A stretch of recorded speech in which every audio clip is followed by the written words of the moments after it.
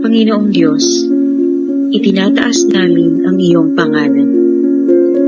Pinapupurihan at pinasasalamatan ka namin sa lahat ng iyong mga ginawa at pagpapala.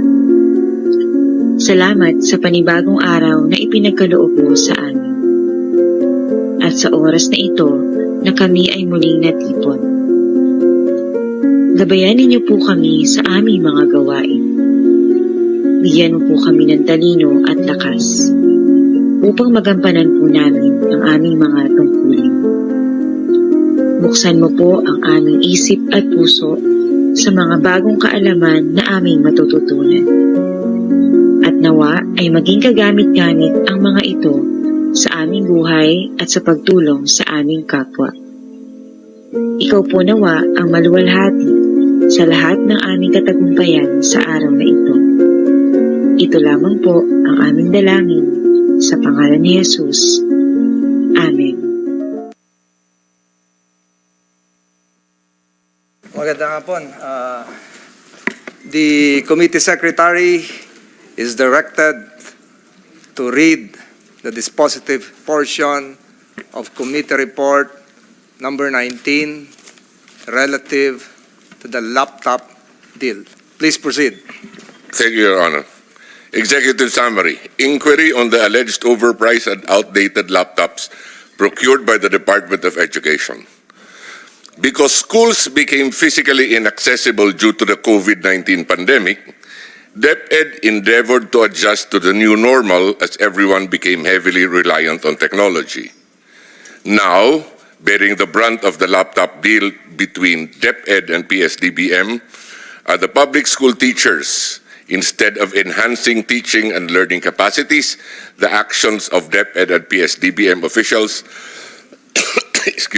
were to the detriment of public service.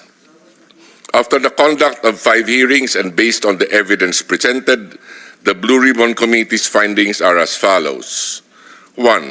The contract for the supply and delivery of laptop computers for public school teachers under the 2021 DepEd Laptop for Teachers Procurement Project was overpriced by at least 979 million pesos.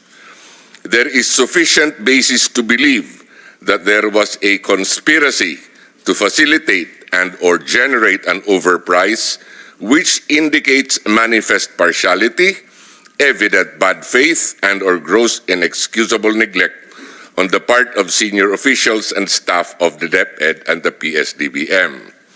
While they may seemingly act separately, concerted acts were evident to create an opportunity for favored bidders to submit bloated and excessive bids, leading to an overprice in the purchase of the laptops. The repeated changes by DepEd in the use and allocation of the 2.4 billion pesos from tables to mobile connectivity loads for students. I think you can be corrected, not tables, tablets. Sorry, my mistake. From tablets to mobile connectivity loads for students and then to laptops for teachers is highly arbitrary, unjustified, improper, and not beneficial to DepEd teachers and students.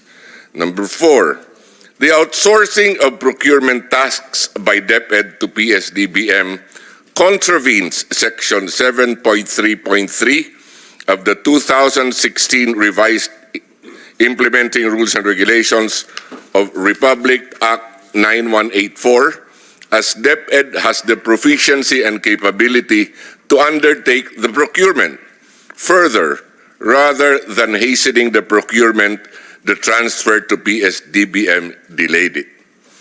The Memorandum of Agreement entered into by DepEd and PSDBM dated 16 February 2021 was antedated, as it was only signed on 28 May 2021, thereby making the procurement activities conducted irregular and questionable.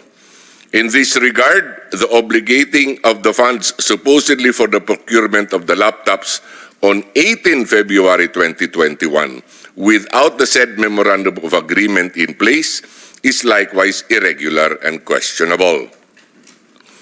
The increase of the unit price component of the approved budget for the contract from 35,036 pesos and 50 centavos to 58,300 pesos, which caused the reduction of the quantity of the laptops, is highly irregular. It was generated from a manipulated market survey and price analysis of PSDBM, which was accepted and approved by DepEd without question. The Special Bids and Awards Committee, head of the procuring entity of PSDBM, and the officials of DepEd caused grave and undue injury and prejudice to the DepEd and our public school teachers when they procured and accepted the Dell Latitude 3420 with Intel Celeron 1.8 gigahertz processor, despite said processor being below the specifications stated in the bidding documents. Contrary to the avowed purpose of the procurement, which is to ensure that teachers will have the necessary tools to conduct classes through online learning, the Dell Latitude 3420 procured were given to a large number of non-teaching personnel, about 12%, and as testified by teachers and the Commission on Audit, the laptops are too slow because the processor is Intel Celeron, which is outdated, and the price is too high considering the specifications. On the basis of its findings, the Senate Blue Ribbon Committee recommends the following. The abolition of PSDBM, and to require government departments, agencies, office instrumentalities, including GOCCs, SUCs, and local governments, to conduct their own procurement as an exercise of their fiduciary duty to be accountable for public funds appropriated for their respective offices. 2. Amend Republic Act Number 9184 to provide for transparency and accountability requirements for joint venture entities or arrangements participating in public biddings. 3. Amend Republic Act Number 9184 to provide for transparency and accountability safeguards during the planning and pre-bidding stages of public procurement, including but not limited to the setting of the ABC and technical specifications of goods, services, or infrastructure to be procured.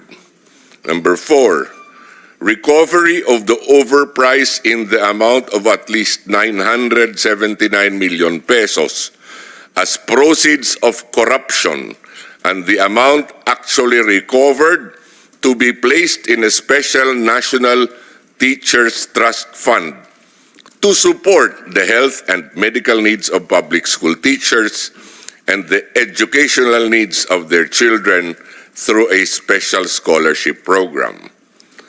Next, the immediate conduct of a special fraud audit by the Commission on Audit to examine the various accounts and financial documents related to the overpricing of the laptops and determine relevant accountability. Next, request an AMLC, Anti-Money Laundering Council investigation on the overpriced procurement, including an inquiry into bank deposits of the public officials identified in this investigation. Next, request the BIR to conduct a special tax compliance audit or a tax fraud audit inquiry to determine whether the proper taxes were paid on the income of the joint venture consortium partners.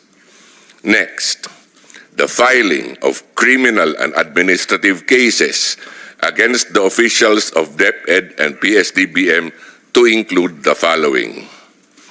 1 count of violation of Section 3E of Republic Act Number 3019, otherwise known as the Anti-Graft and Corrupt Practices Act, against the following officials of the Department of Education. 1. Former Undersecretary Elaine B. Pascua. 2. Undersecretary Annalyn M. Sevilla. 3. Former Assistant Secretary Salvador C. Malana III. 4. Director Abram Y. C. Abanil. The following officials of the Procurement Service and the Department of Budget and Management. 1. Former OIC Executive Director Lloyd Christopher A. Lau. 2. Former OIC Executive Director Jason Mer L. Uwayan. 3. BAC Chairman Ulysses E. Mora, as well as the other members of SBAC 1 and SBAC TWG and Secretariat, whether from DepEd or from PSDBM. Number 4, Engineer Marwan O. Amil. And principals, representatives, and agents of the joint venture consortium partners or other private parties who may have concluded and or conspired as supported by competent evidence with the above-mentioned officials. 1 count for the violation of Section 3G of Republic Act 3019, otherwise known as the Anti-Graft and Corrupt Practices Act, against the following officials of the Department of Education. 1. Former Undersecretary Alain Del B. Pascua. 2. Undersecretary Annalyn M. Sevilla. 3. Former Assistant Secretary Salvador C. Malana III. The following officials also of the Procurement Service and the Department of Budget and Management. Former OIC Executive Director Lloyd Christopher A. Lau.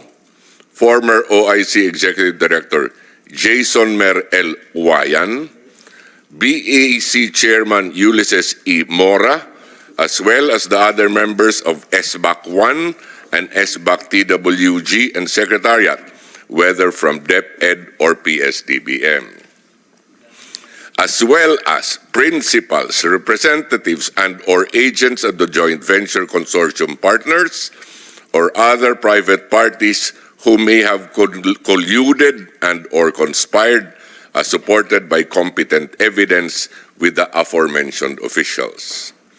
1 count of falsification of public document by a public official defined and penalized under Article 171 of the Revised Penal Code against the following officials of the Department of Education.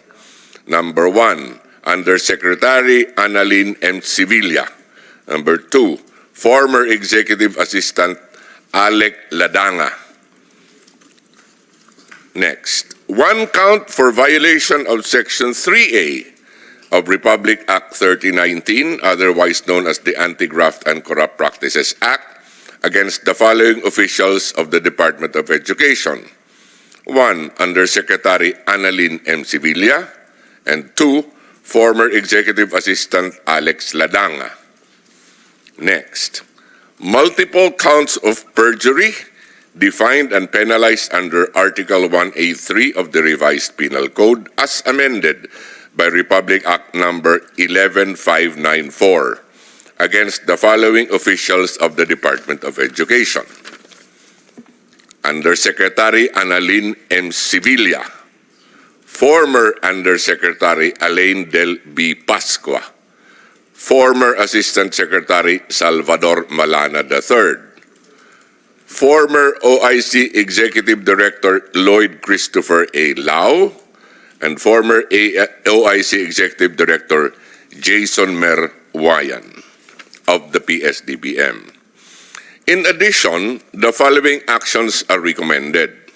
Number 1, the administrative and disciplinary investigations for multiple counts of grave misconduct, serious dishonesty, gross neglect of duty, and conduct prejudicial to the best interest of the service be likewise initiated against the aforementioned senior officials of the Department of Education and the Procurement Service of the Department of Budget and Management as may be applicable. Number 2, that the Commission on Audit issue notices of disallowance for the overprice in the purchase of the laptops in the total amount of at least 979 million pesos against the following officials of the Department of Education: Undersecretary Annalyn M. Sevilla, former Undersecretary Alain Del B. Pascua, former Assistant Secretary Salvador C. Malana III. Number 3, on the basis of Presidential Decree number 1445, otherwise known as the Government Auditing Code of the Philippines, that civil complaints be initiated against the following officials and personnel of the Department of Education, as well as against officials of the Procurement Service of the Department of Budget and Management, to collect and recover the value of the overprice in the amount of at least 979 million pesos, including accrued interest and damages, and that they be held jointly and solidarily liable therefor. Number 1, Undersecretary Annalyn M. Sevilla, former Undersecretary Alain Del B. Pascua, former Assistant Secretary Salvador C. Malana III, former OIC Executive Director Lloyd Christopher A. Lau, former OIC Executive Director Jason Mer L. Owayan, and other DepEd and PSDBM officials that may be shown by competent evidence to be responsible for government funds or uses of government property in violation of law and relevant regulations. Finally, let a copy of this committee report be furnished the Department of Education, the Department of Justice, the Office of the Ombudsman, the Commission on Audit, the Anti-Money Laundering Council, the Bureau of Internal Revenue, the Office of the Solicitor General, and the Bureau of Immigration for their information and appropriate action, including but not limited to the conduct of preliminary investigation and administrative adjudication, a special fraud audit, a tax compliance review of a tax fraud audit, legal action to recover proceeds of corruption, and an investigation of possible money laundering activities of public officials identified in this investigation if the law and evidence so warrants, as well as the issuance of the proper Immigration Lookout Bulletin Orders or ILBO against those concerned when necessary and as provided by law and existing regulations. COMSEC, so you have heard the dispositive, the executive summary of the dispositive portion. Papasok na po ito sa plenary. We'll be showing you the complete documents in a little while. 197 pages, 5 exhaustive hearings conducted by the Blue Ribbon Committee, hundreds of pages of transcripts, including TSNs and documentary evidence. Ito po yung nabuong konklusyon, base po sa batas, as base po sa ebidensya. Ito po yung lumabas.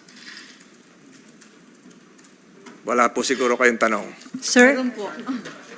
So sir, wala kayong nakita na any liability ni former DepEd Secretary Leonor Briones? We will be providing you a copy. Siguro ilalatag na lang sa lamesa mamaya. You take note of page 159. Page 159 of the committee report would mention how the former secretary may have unwittingly approved the new parameters which increase the price and decrease the quantity of laptops to be purchased. Nagamit po siya sa wikang Tagalog. Sir, pero yung legal liability, wala siya. Sa ebidensya po lumabas, wala. Base po sa ebidensya. Iba po yung spekulasyon, iba po yung haka-haka, iba naman po yung lumabas sa hearing. Lahat po ng ginawa natin ay base po sa ebidensya at base po sa batas. Pero kung meron po tayong sariling spekulasyon o haka-haka, isa-isang tabi muna natin yon.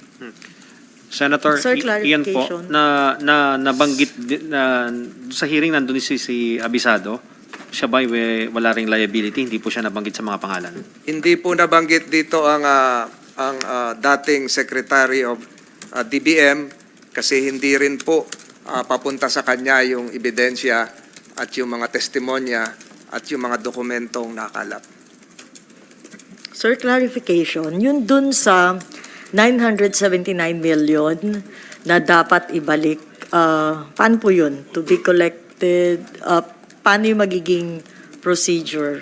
Nasa Sandigan Bayan na po yan kung paano po makukuha po yan, pero siguro ang isang mainam na tanong, uunahan ko na kayo, baka walang magtanong, paano po na-compute yung 979? Ang exact figures po noon ay 979,359,873.74. Meron pong computation po dito, base po sa mga dokumento, nagsimula po ito sa dokumentong yung sales invoice, yung dokumento na lumabas po sa final receipt, at yung dokumento rin po na nagpapatunay ng actual na presyo kung saan pasok naman po yung reasonable allowable profit of 15% at lumalabas po na malaki po yung overprice. Ulitin ko po, liliwanagin ko.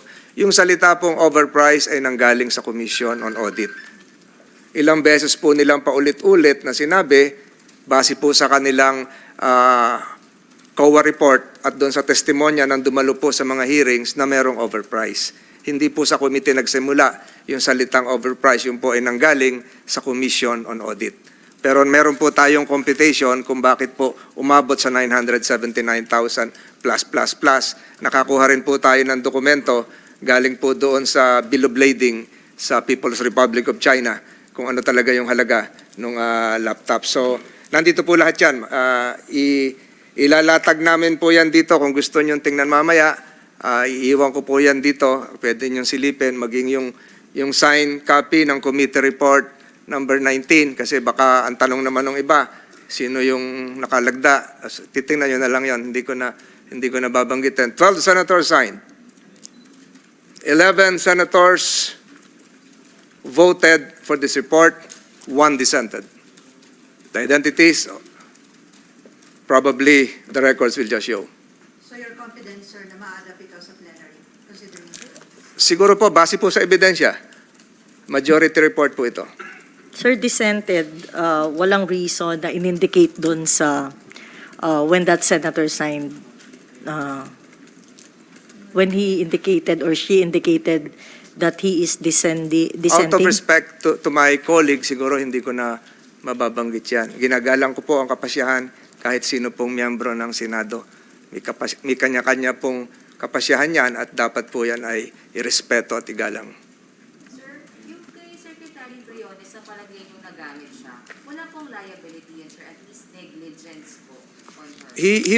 The mere mention here is in effect an admonition on the part of the Blue Ribbon directed to former Secretary Briones. Siguro maganda makita niyo yung page 159 to 160. Even engineer or is yan engineer Bragado, attorney ata yun? Attorney Bragado was admonished by the Blue Ribbon. Bakit hindi niya maaga isiniwalat yung kanyang nalalaman? Hindi na lang nabasa yon, sa kapal po kasi nito. Baka abutin tayo ng 5 oras dito. Sir, sorry, isa pa about kay Secretary.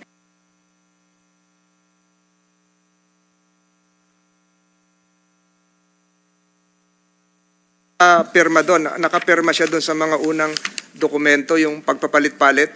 Nagsimula tayo sa pang-load, napunta sa tablet, napunta sa laptop. Meron siyang isang signature doon bago nagkaroon na ng delegation doon sa sa committee na pinamumunuan ng isang undersecretary.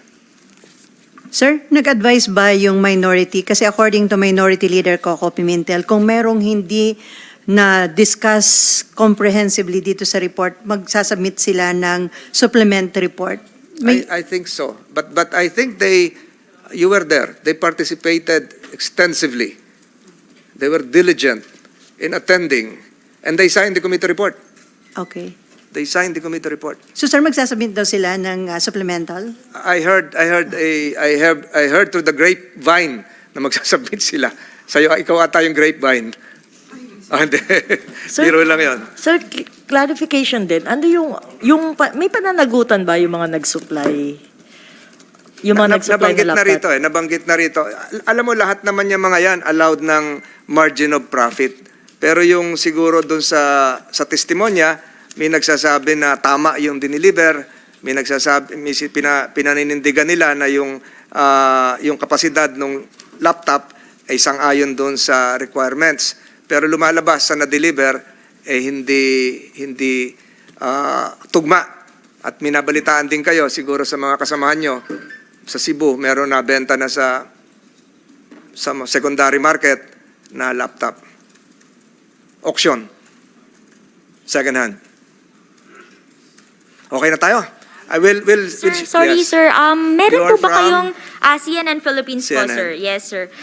Meron po ba tayong information on the whereabouts of former Yusek Lau? Kasi po, di ba, nung last na mga pagdinig, gusto po niyang mawala na yung pagkakalagay niya dun sa watch list? I think he's still here in the Philippines. Hindi naman siya ata umaalis. Yun ang pagkakaalam ko. Sa kadahilanan, nakikita niyo naman ng mga huling hearings, siya ata ay uma-attend. Di ba ho? So, na-deny yung request niya noon, pero naniniwala ako nandito pa siya sa Pilipinas. Sir, procedural lang. So yung copy nito bibigyan din yung mga accused, and then kailangan ba natin na ilagay sila sa HDO this early o hindi naman po? Pag naaprobahan na ho ng plenary. Sir, yung recommendation is more on the filing of charges. Wala po bang recommendation to at least suspend sila if they are still in the position? Kasama po yun. Ang ilan na lang po kasi dito ang nasa opisina pa eh. Siguro ho, yung mga members ng BAC at isa o dalawang miyembro ng DepEd. So I think once this is furnished to the appropriate department head or agency head, administratively, the head would be acting pursuant to existing civil service regulations. Sir, on my part, bali anong lessons learned na pwede nating makita ng mga government officials and employees dito sa investigation that the Blue Ribbon conducted? Mahirap yung tanong mo. Kasi nung nangyari ito, hindi normal circumstances eh. Naka-lockdown tayo. Di ba? Nung nangyari po ito, halos nasa bahay lahat.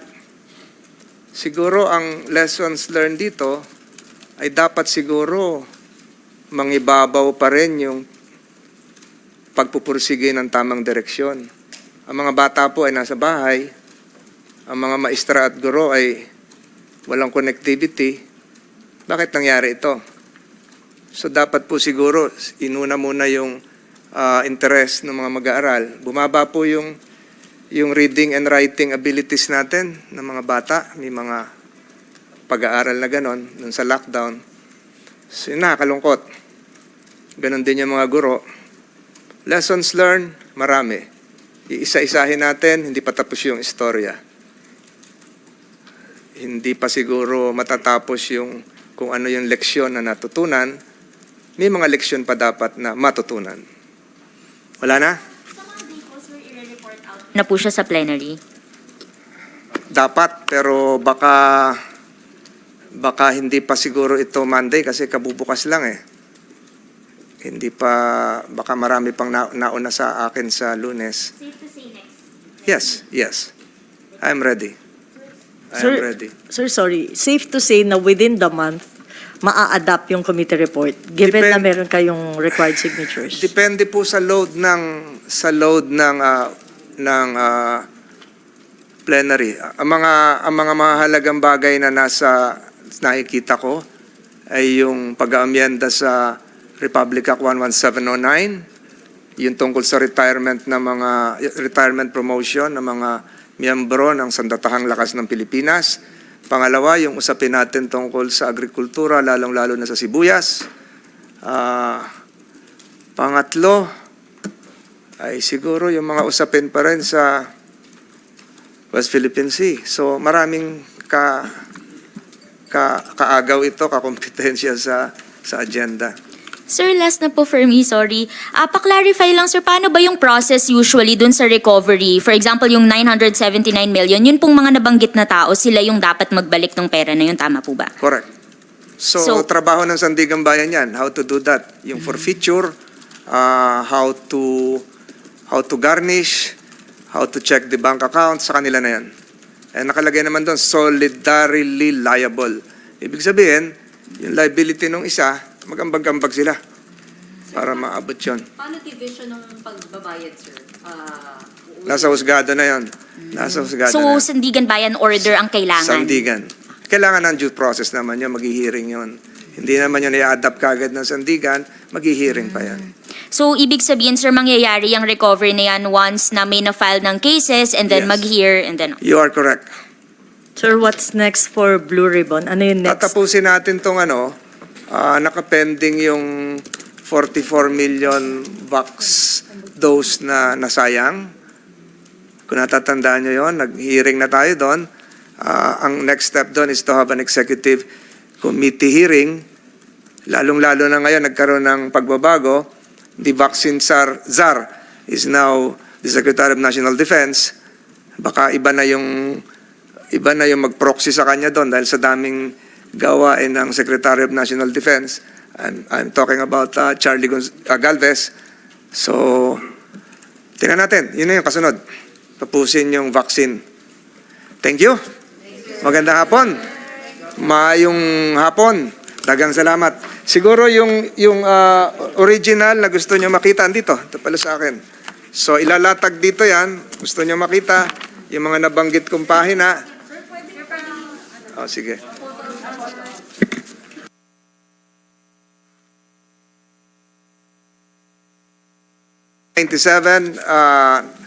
Excluding the signature pages, the transcripts, the voluminous documents culled during the investigation, among others.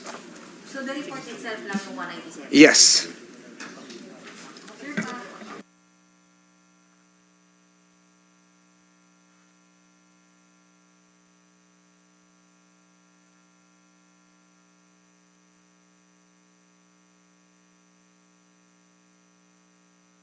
Mahirap nun kasi magpapasko na eh.